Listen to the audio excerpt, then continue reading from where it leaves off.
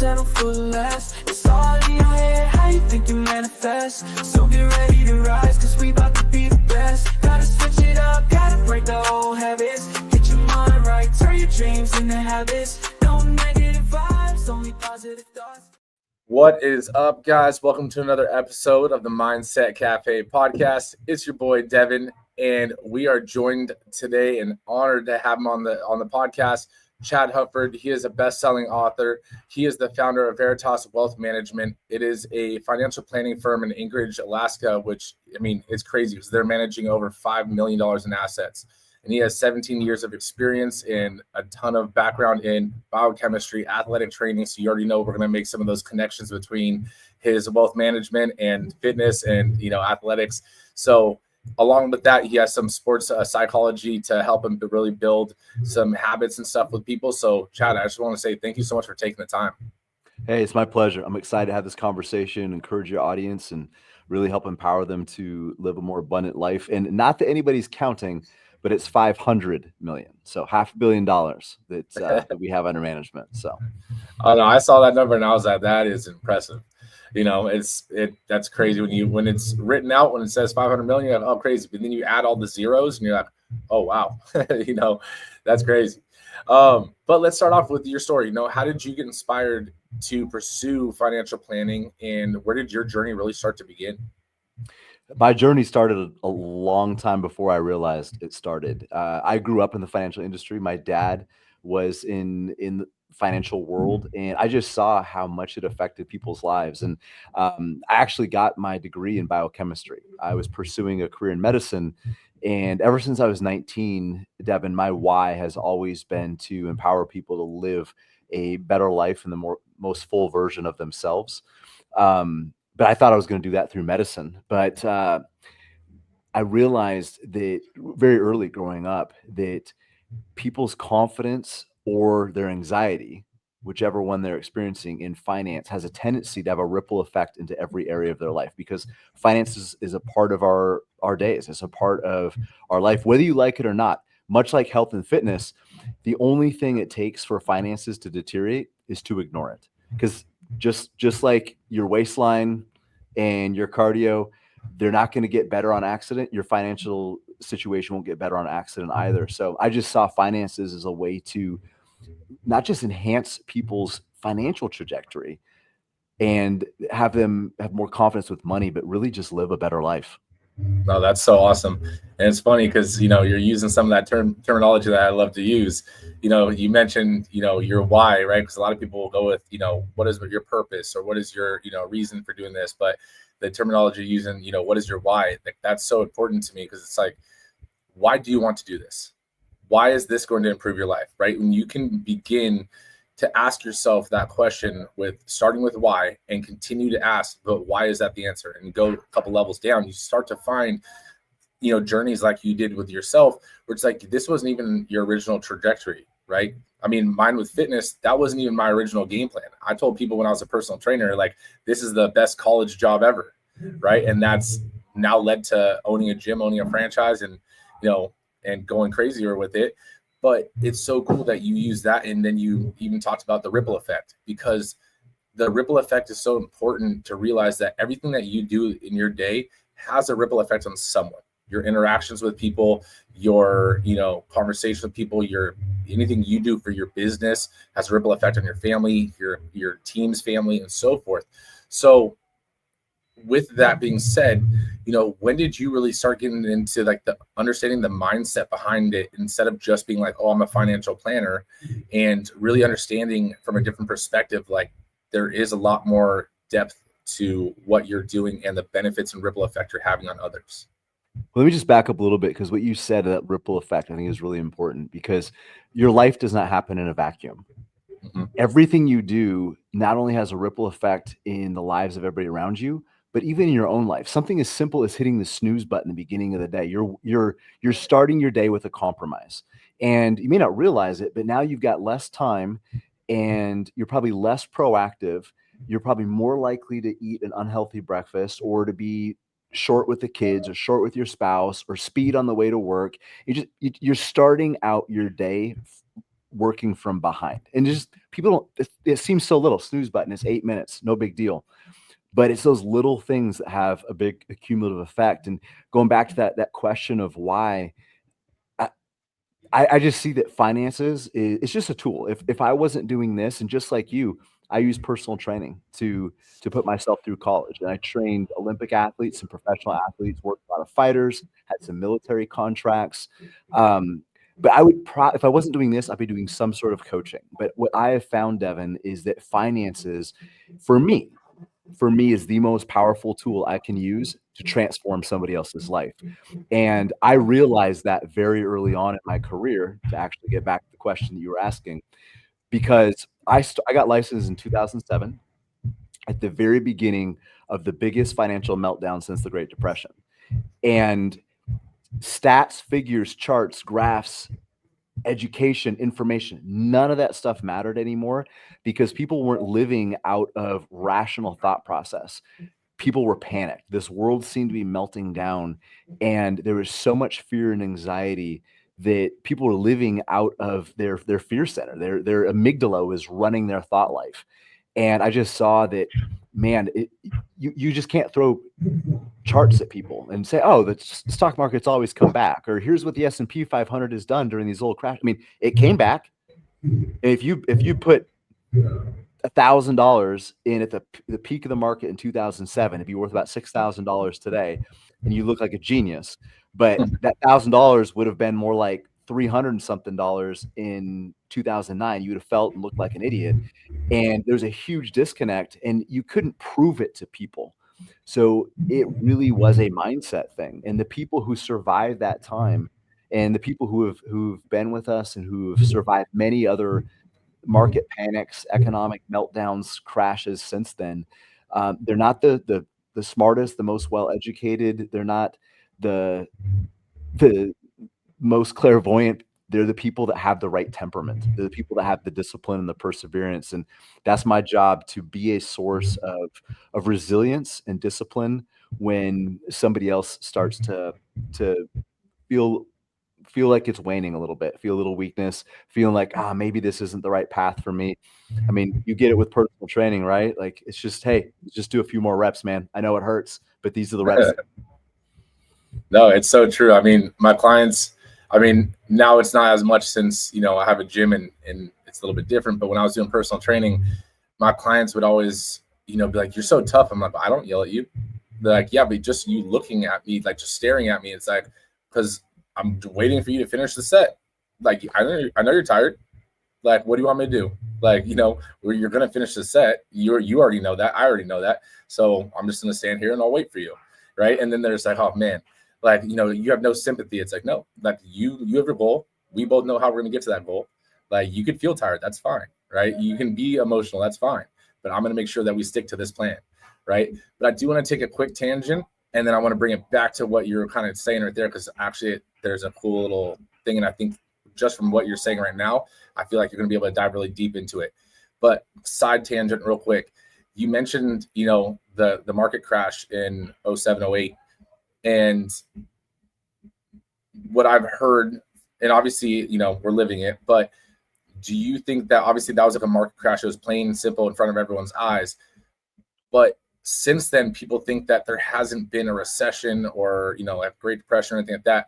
But what I've heard is that right now we're in like the silent recession. How do you feel about that? So from a measurable market standpoint, since that time, we've had at least 4 significant market crashes of at least 20% or more. Oh, wow.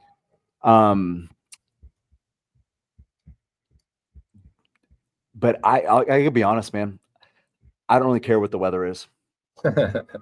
So, honestly, whether we're in or not in a recession or a silent recession, it doesn't really matter. And just going back to like your personal training, like, okay, you didn't get much sleep last night, or there's a lot of stress at work or whatever. There's a lot of excuses to get off the track or to try to make unnecessary changes. But we've got to be really crystal clear about what we're trying to accomplish. And that's where our focus needs to be. on what we can control, not what we can't control. Whether or not in a recession, man, I don't mean to just be rude, but I really don't care, and I don't know.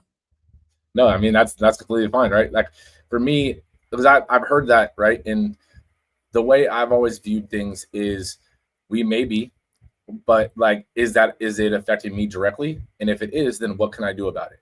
Right? Like And how might I'll go for it. as a better question, I mean, that's a good question. It's a good place to start. A better question, or another question, I should say, is does this affect my long-term goals? Does Right. this affect where I'm trying to go? If not, I probably shouldn't change anything. So you may wake up one day and man, you just feel no motivation, or somebody on TV says that this new electro butt snapper thing is the new best workout. You're like, well, today's squat day. And my goals haven't changed. So I don't care what somebody on Instagram is talking about. I'm going to squat today because that's what I know I need to do to get to my long-term goals. And if your goals haven't changed, your tactics and pathway might need to be refined, but they shouldn't be drastically shifted just because your outside environment is changing.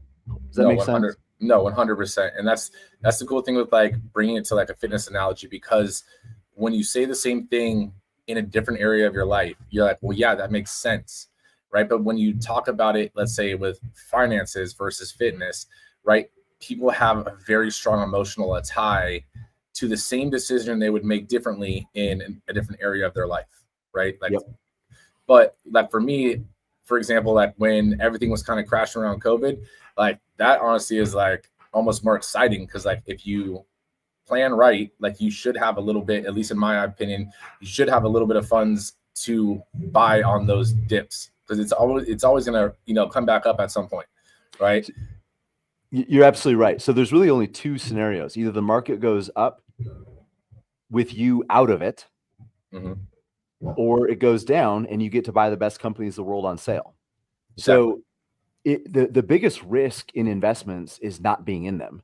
And when I say investments, I'm not talking about crypto and money market. I'm talking about owning actual companies in the form of mutual funds, owning equities, where you literally have a chance to own some of the biggest, best, and most profitable companies that have ever existed on this planet.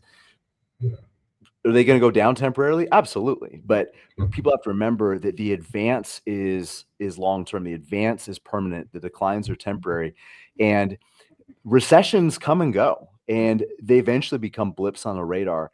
But the biggest risk is you waiting on the sidelines, not investing because of a fear of something that will eventually get here, but you don't want to try to time it. So timing in something is way more important than timing. You mentioned how people add complexity into things unnecessarily. Simple is often hard. So a lot of times, Devin, we add complexity into a situation to give ourselves distance from the responsibility of acting. So let's use a fitness analogy. It could be somebody who's like, man, I read this thing, like some people say the best time to work out is first thing in the morning because it gets your metabolism going and you're working out fasted, this and that. Other people say, well, your body is more hydrated and later in the day, and they spend all their time researching, trying to figure out when is the best time to work out. Meanwhile, they haven't worked out in 3 months because they're trying to figure out the best time to work out, and they're confused by all the conflicting information. Get in the freaking gym and move around. Like that's what Right. you need to do. And when it comes to investing, time in, just time in the gym beats timing the gym. Time in your investments beats timing your investment. Right. Sorry, I'm No, getting a little worked up because I'm passionate about this no, stuff. no, no, but it is so true. And I believe me, I mean, I could speak firsthand and bringing it back to like a fitness and financial aspect, right? Most people, they go to the gym and they want immediate results. It's almost almost they think like fitness is day trading. You hear these crazy day trading stories and you're like, wow, I want to do that. So they want this bodybuilding, physique in a day or two. It doesn't happen like that, right? You have to be consistent, and it's just like time under tension for muscle build. It's time in investment for financial build, right? And so I've learned that firsthand because, I did have clients that were day trading, one or two of them. And with my whole, blackjack, I like that. And I was like, well, this sounds kind of fun. And then I was like, man, this is boring, right? Because I didn't end up doing day trading. I was like, okay, I'm going to buy this. It's supposed to do this. And then I'm going to sell it. And I was like, damn, I have to wait I was like, you know what? I'm just going to take it out of this, put it in something else. And then, I just kept losing money that way. And then I all of a sudden had the epiphany within myself. I was like, just do what the actual people are telling you. Because I had other clients that were similar to yourself, way back when, and they're old school and they're like, buy this, buy it, and just hold it. And I was like, but nothing happens. Like, I want to see crazy results now, Yeah. but then it was like, that's how it is. Just like the gym, it's not always the most glamorous, it's not always the most exciting. It is just, you have to put in the work, or you have to spend the time in that thing to get the result. And it's simple, but it's hard to just do that simple thing of just wait or just keep doing it, right? Like lifting, you have to keep going in day after day, even though you're not seeing results immediately. People who find success in business, who find success in relationships, who find success in fitness, and people who are successful financially have a penchant for mastering the mundane, for doing Right. the boring stuff consistently that most people only do sporadically. And you're absolutely right. And just let's go back to a fitness analogy. Nobody wants to squat and deadlift. It's boring. It's not sexy. It's exciting. The bars are rusted. Sometimes they're bent. And there's machines in there that everybody's clamoring for, that they got electrodes hooked up to them. They have fancy screens and this and that. And they cost $20,000. It's nuts what you can spend on fitness equipment these days. Oh, yeah. The people in the best shape in the gym are the ones sitting in the squat rack or doing barbell work. It's simple. It's uncomfortable. It's slow. It's methodical, and it flat out works. And the same thing goes to finance. And really what we're coming down to, you didn't say this, but we're both aiming at the same point. It's shortcuts. That's what people want, is a shortcut. And just to be really clear to the audience, day trading, cryptocurrency, all that stuff, that's not investing. That's gambling. And a lot of people have taken gambling and speculating and confused it with investing, because when you invest, you're actually buying something that produces something for you. You don't have to sell it in order to make money. If you have to sell this item in order to make money, then you're just trading. It is gambling. It's price speculation. It's not true investing. When you own companies, when you own real estate, it's something you buy, and regardless what the price does, if you have a good investment, it pays you to own it while the price fluctuates. That's how a true investment should work. And it is boring and it takes time and it doesn't happen quickly. But if you will give it time, it will work for you. And that's everything in life. Don't Yeah. take the shortcuts. No, it's true. And I mean, don't get me wrong, I do own some Bitcoin, but at the same time, I consider that not an investment. That is a gamble, right? And the only reason, like I say that, obviously, that is, if I lose it, I'm not going to be hurting. I don't have a crazy amount in it, right? But it's one of those things where it's like, who knows? Just like if I go to the casino and I play blackjack and I hit 21, who knows? But you can't consider that, because how I tell people is, I've had a few conversations with clients, or even like my barber, like he was telling me he was going to invest at, pretty much his whole investment into Bitcoin. I was like, don't do that, man. I was like, I'm not even, the most financial savvy when it comes to investments, but I could tell you that it's not an investment if the only way for you to make money is by other people buying it, in which increases the price. Then you could take it out, because then think so what is your money really now? The growth of your money is someone else's dollar, right? And somebody else's opinion on what you own. Exactly. Yeah. Right. Not to pick on anybody that has some Bitcoin and things like that, but it can't make up the core of what you do. Right. You even said it, it's entertainment. Like for you, you're realizing this is entertainment, and it's okay as long as people are clear on that. I mean, shoot, man, when we're recording this, we're a few days before Christmas. I'm going to have some pumpkin pie on Christmas. I know that is not a healthy choice, but it's a very small part of my overall diet, and it's going to be a blip on the radar. It's not going to define how I eat. It doesn't define what I put in my body, but I love it. And I wait for this all year, and I'm going to do extra work over here to make up for the pumpkin pie I'm going to do. So you could do the same thing with your investments. You can have investments that are more fun and exciting, like pumpkin pie, and they are relegated to a very small part of what you're doing, and it's really there more for entertainment and pleasure than a true investment. Just like my pumpkin pie is there for entertainment and pleasure, it's not there to make me healthier. but 99% of what I do put in my body is there to make me healthier. Our investments should be no different. No, 100%. I definitely agree with you. Like the way I consider, like, like lastly kind of thing on like Bitcoin is like, I mean, I own physical gold coins, like, that I bought a couple, right? And then I bought silver and stuff like that.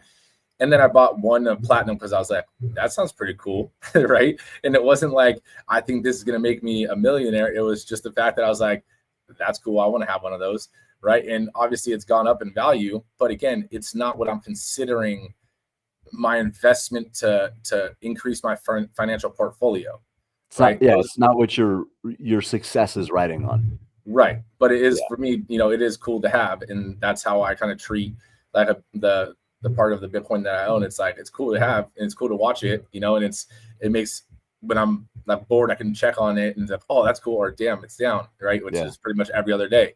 Right. It's up or down. But again, with your financial investments and stuff like that, the next area I wanted to kind of touch on, which you've kind of mentioned a little bit about it, right, is just like your finances, just like your fitness, it's not emotional decisions. Just because there's a new piece of article that comes out on the news, like you said, or you do a piece of research and then you're like, oh wow, I need to change everything. You sometimes need to take emotion out of the equation. I had a person on the podcast, and actually a friend of mine, and she's a fractional CFO. That's her company. And Mills?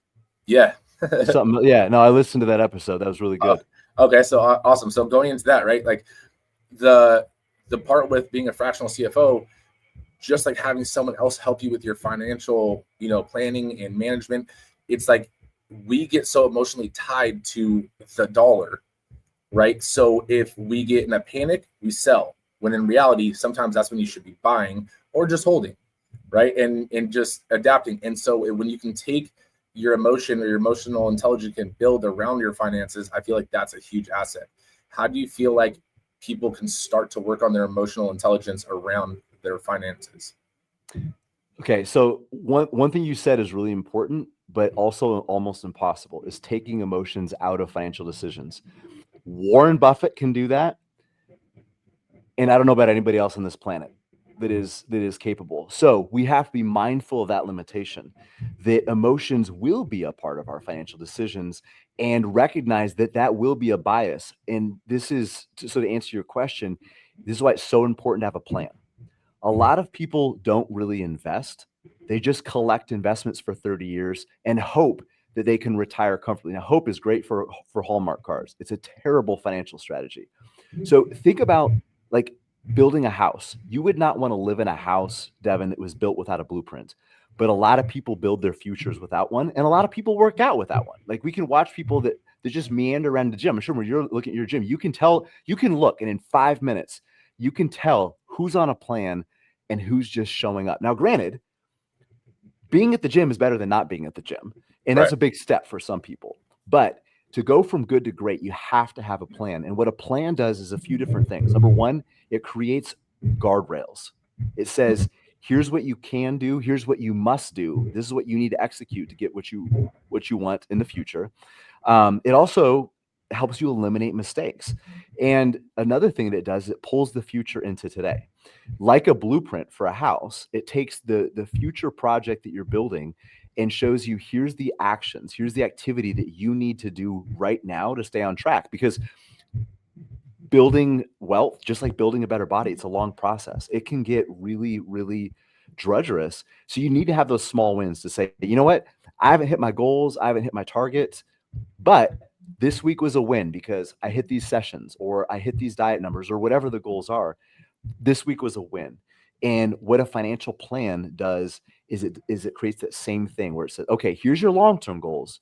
Here's what a win looks like this week, this month. So you know you're on track, you know you're doing the right thing. Does it completely eliminate emotions? No, but it helps take you out of the present and keep you future focused. The other thing I would say is, and this is why I've even told people this before, Devin, is I'm basically a personal trainer for wealth. That's what I do. I'm your accountability. I'm the guy that says, keep going. These are the reps that hurt. These are the reps that also count the most. And to have somebody in your corner, I mean, I'm biased.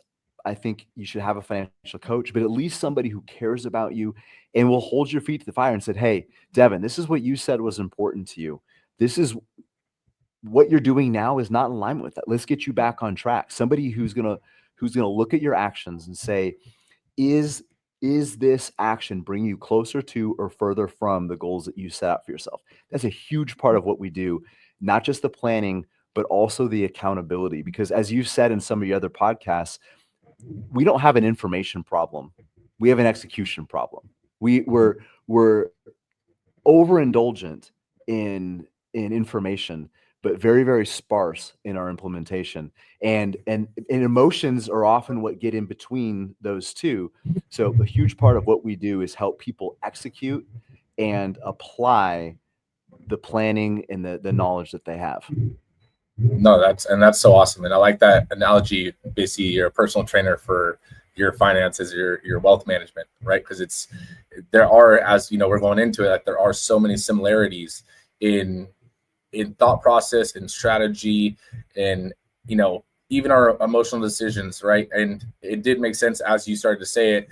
Obviously, there are some emotional ties to it, but understanding and improving your emotional intelligence in sticking to the plan, not necessarily taking emotion out of the equation, because it is kind of impossible.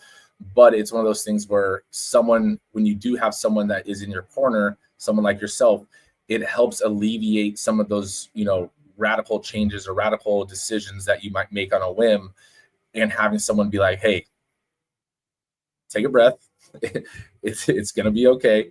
This is normal, right? This is what has happened, like you said, between, 08 till now, there's been 4 times that we've had, recessions or dips and stuff, and people don't even note those, right? Unless you're the one actually like yourself looking at all those things, right? So I think that's so awesome. Now, what I do want to ask is, let's say someone, outside of crypto, outside of a blueprint, what is maybe one of the more common financial mishaps or mistakes that you see people making outside of those two things? I think one of the biggest, this is more of a perspective thing. I think one of the biggest mistakes people make is they confuse volatility with risk. So, you look at your mutual fund or like the S&P 500, maybe you've got an index fund or something like that, and you see it bounce all over the place. I mean, just the other day, it was going crazy. And people confuse that with risk. And financial independence is an income issue. It's not a principal problem. When I say principal, I mean that's the value of your investments if you sold them all today. But if you're holding your investments, you're just living off of the income they produce, you shouldn't be worried about selling them, especially somebody who's not that close to retiring. These are income producing assets for the future. But even somebody who's retired, you're going to hold those assets for probably the next 10, 20, 30 years and then pass them on to the next generation. So they should be more concerned about the income that they produce, not their temporary principal value, because one of the biggest risks in retirement is not having your temporary principal go down, but permanently losing the value of your dollar in purchasing power to inflation. And most people do not have a plan for doubling or even tripling their income in retirement. And that's what costs do over a 20, 30-year period. With average inflation, not even what we've seen the past couple of years, with average inflation over a 30-year retirement, costs go up about 2.5 times. And if you ask people, what is your plan for doubling or tripling your income in retirement? Most people are going to give you deer in headlights look. I'll give you one more. And this is going to sound so simple and be like, what, come on, like easy. Like you shouldn't even be telling us this, but it's important because almost nobody does this. Is living within your means. People are so focused on the investment strategy that they ignore the investor behavior. And to say we manage money is a little bit of, it's not misleading, but it's not the whole picture. What we're really doing is managing investors. And the money part is actually fairly easy, but it doesn't matter how good your investments are. If you're not living within your means, there's nothing there to feed it. So that is the number one rule in building wealth. You have to live within your means. You have to have an income that is greater than your ego, or if you want to look at it probably a better way, an ego less than your income, and having a margin there. And people in our country right now, Devin, they don't have a margin. We max out our calendars, our credit cards, our waistlines, and our budget, and we don't have anything left at the end of the month. So that's a really simple thing that a lot of people miss. And that's what gets them into trouble, because now they're looking for these kind of peripheral investment strategies to make up for lost time, or to get rich quick, because they don't have enough margin to build slowly. No, that's so awesome. I like that whole max out analogy. With that, maybe can you share someone with like that you've worked with, or that was one of your clients, maybe a success story about one of those situations where you've helped transform them through just some mindset shifts? So I'll give you one that comes to mind, because this is a really good example of slow and steady. So this individual just retired 2 or 3 years ago, multimillionaire, and he drove truck. Never made more than $70,000 a year, mostly $50,000 to $60,000 a year. Now, some people listening might think, okay, I could live off that. Well, this is in Alaska. It ain't cheap to live up here because it gets cold, and electricity and gas are expensive. Everything's expensive here because we have to ship it 3,000 miles. I'm not complaining. I love living here. It's just expensive. He also raised 4 kids on that. His wife stayed home, homeschooled the kids. So he became a multimillionaire, slowly chipping away at this. Never in a single year did it look significantly different than the year before. It was a very, very slow, methodical process. But back in 2000, there's another major market crash where the broad market was basically cut in half during the dot-com bubble bursting, and 9/11 and Enron and all that stuff. And it was a really tough time, and he was thinking, like, I'm not doing this anymore. And my dad and I both had discussions with him, and by the time 2008 hit, he was scared, he was uncomfortable, but he had chosen, I'm going to take this path. I've pre-decided, I've committed, this is what I'm going to do. And part of it, going back to your other question about emotions, is I think we set him up for it, because so many people out there are promising this path to wealth and how easy and comfortable it's going to be. And that's like taking a client in right before leg day and telling them how wonderful they're going to feel. And this is going to be great. They're going to have energy. And, after 12 sets of lunges and squats, they're like, you freaking lied to me, and I'm going to stab you as soon as you turn your back on me, because this is not what I signed up for. But if we tell people this is not an easy path, this will not go quickly, but it will be worth it, but you're going to pay the price along the way. But the payoff in the end is absolutely worth it. Like, that's the story we need to have. And again, it doesn't take people's emotions out of it, but it gives them the emotional construct to deal with the difficulty they're going to face, because there is going to be sacrifice. There is going to be pain. There is going to be discomfort. I don't know if you're a boxing fan or not, Devin, but one time Muhammad Ali was being interviewed. This is in the late 60s. He'd just beaten Joe Frazier, I believe. And they asked him, how many push-ups and sit-ups do you do in a workout? Because Ali he was quick. He had great form, but he was not the most powerful fighter. He would wear down his opponents, and he was known for his conditioning. And they asked him, this interview asked him, so how many reps do you do? And he said, I don't know. The guy's like, you don't count your push-ups and your sit-ups? He's like, I don't start counting until they start hurting, because those are the only ones that actually count. Those are the ones that matter. And if we have that mindset in our investing, like, when it hurts, that's when our investments matter the most, because like you said, that's when we make the most money. That's when prices are the lowest, but it is difficult. And for this individual, his mindset shifted during those 2 market crashes. And I'm not going to say he's been comfortable the entire time, but his mindset is, I will endure this because I know it's worth it on the other side. No, that's so awesome. That is so awesome. Yeah, I have heard that Ali like quote, and it is so true. I used to tell people that with personal training too. I mean, because that's, people would ask, they would say, how come the workouts never feel like they're getting easier? And I would tell them, like, then I wouldn't be doing my job. Exactly. Right? I was like, we have a game plan for today, and if you just start crushing the game plan, well, then I need to turn it up a little bit. So like, I was like, you got to think each one of your workouts is an adaptive game plan, right? one, if something's taken and we can't get to it, I need to have one or two other things to replace that exercise. Just like if you're crushing what I thought you were gonna, hit today, it's like all of a sudden I'm gonna start tweaking it up a little bit so that you never. It's the goal isn't to make you feel like you're weak or never getting stronger, but the goal is to never have you walk out of the gym and be like, wow, that was an easy workout today, right? Yeah. Because I was like, the workouts that matter are the workouts that you have to push through, right? Because you have to think that you're forged in the fire, essentially, right? Like that's just where the change is made.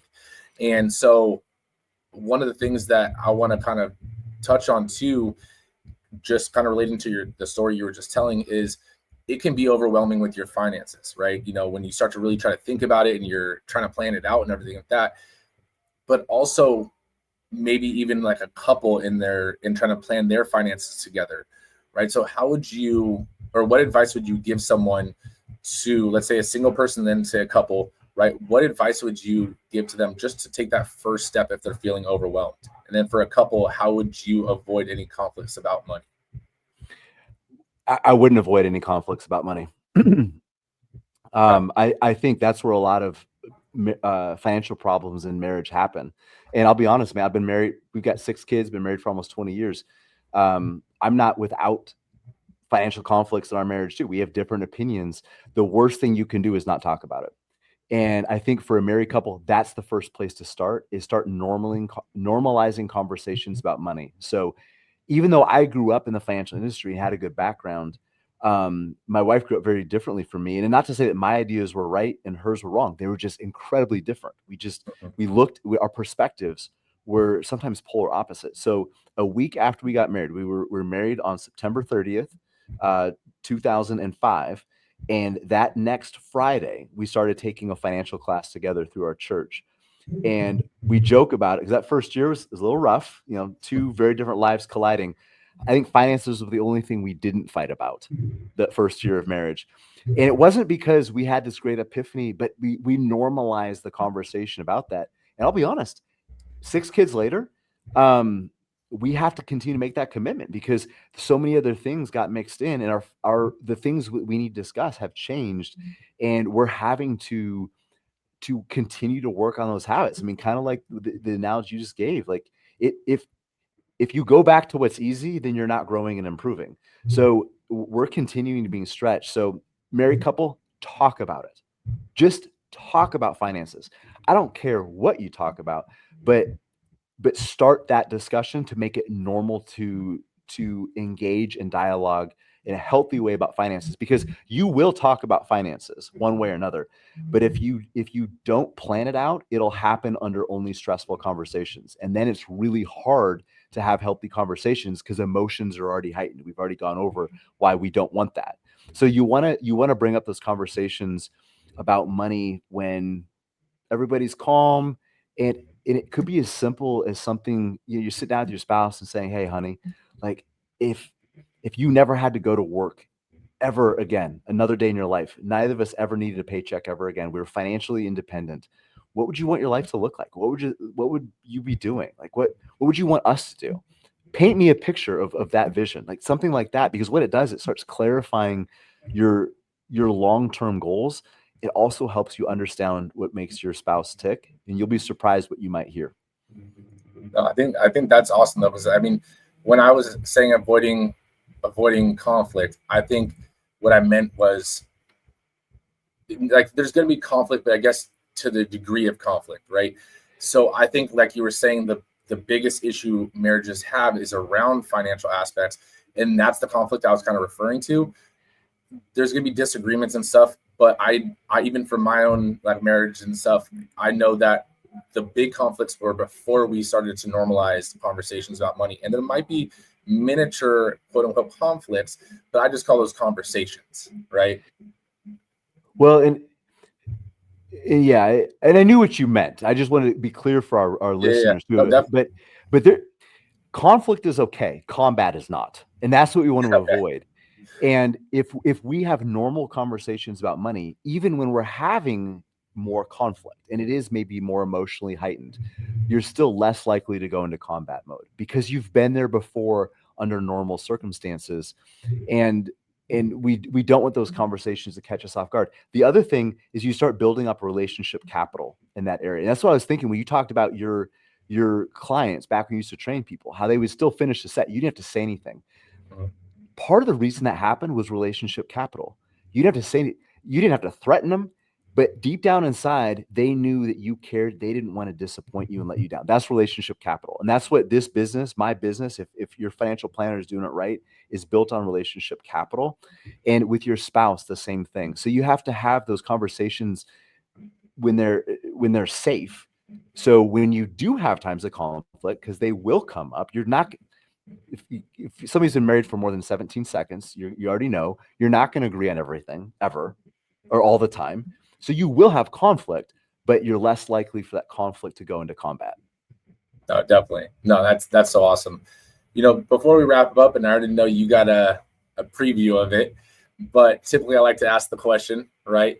And so on Chad Hufford's legacy wall, right? It could be anything. It could be about, your background in finances. It could be about fitness. It could be about just life, right? What would that one message that you would leave for the up and coming generations be? I would say that your life, the trajectory of your future is built on your choices and your decisions. And you can't control what goes on in this crazy world around you, but you can control how you respond to it. And if you are in a position where you find yourself in a hole, financially, physically, relationally, whatever, it may or may not be your fault that you're there. That doesn't really matter. It is your responsibility to dig yourself out. And what you do matters. So to sum that up, worry less about what you can't control and focus most of your time and energy on the things that you can control. I like that. That's awesome. Well, where can people connect with you and learn what you got going on over there? Well, veritasalaska.com is our website, and I founded us here in Alaska. We work with folks all over the United States. So if you're down in warmer climates where the sun actually works, we can still help you. So veritasalaska.com and then veritas.alaska on Instagram, and you can find me on LinkedIn as well. Awesome. And guys, that will all be in the show notes.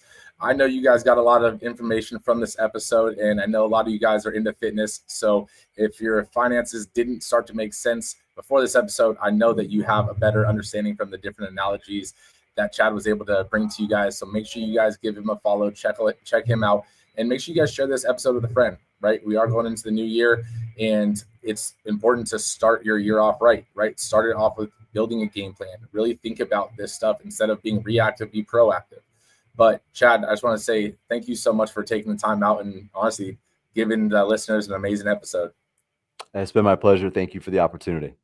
No negative vibes, only positive thoughts. 'Cause in the game of life, mindset calls the shots. Got my mind on the prize, I can't be distracted. I stay on my grind, no time to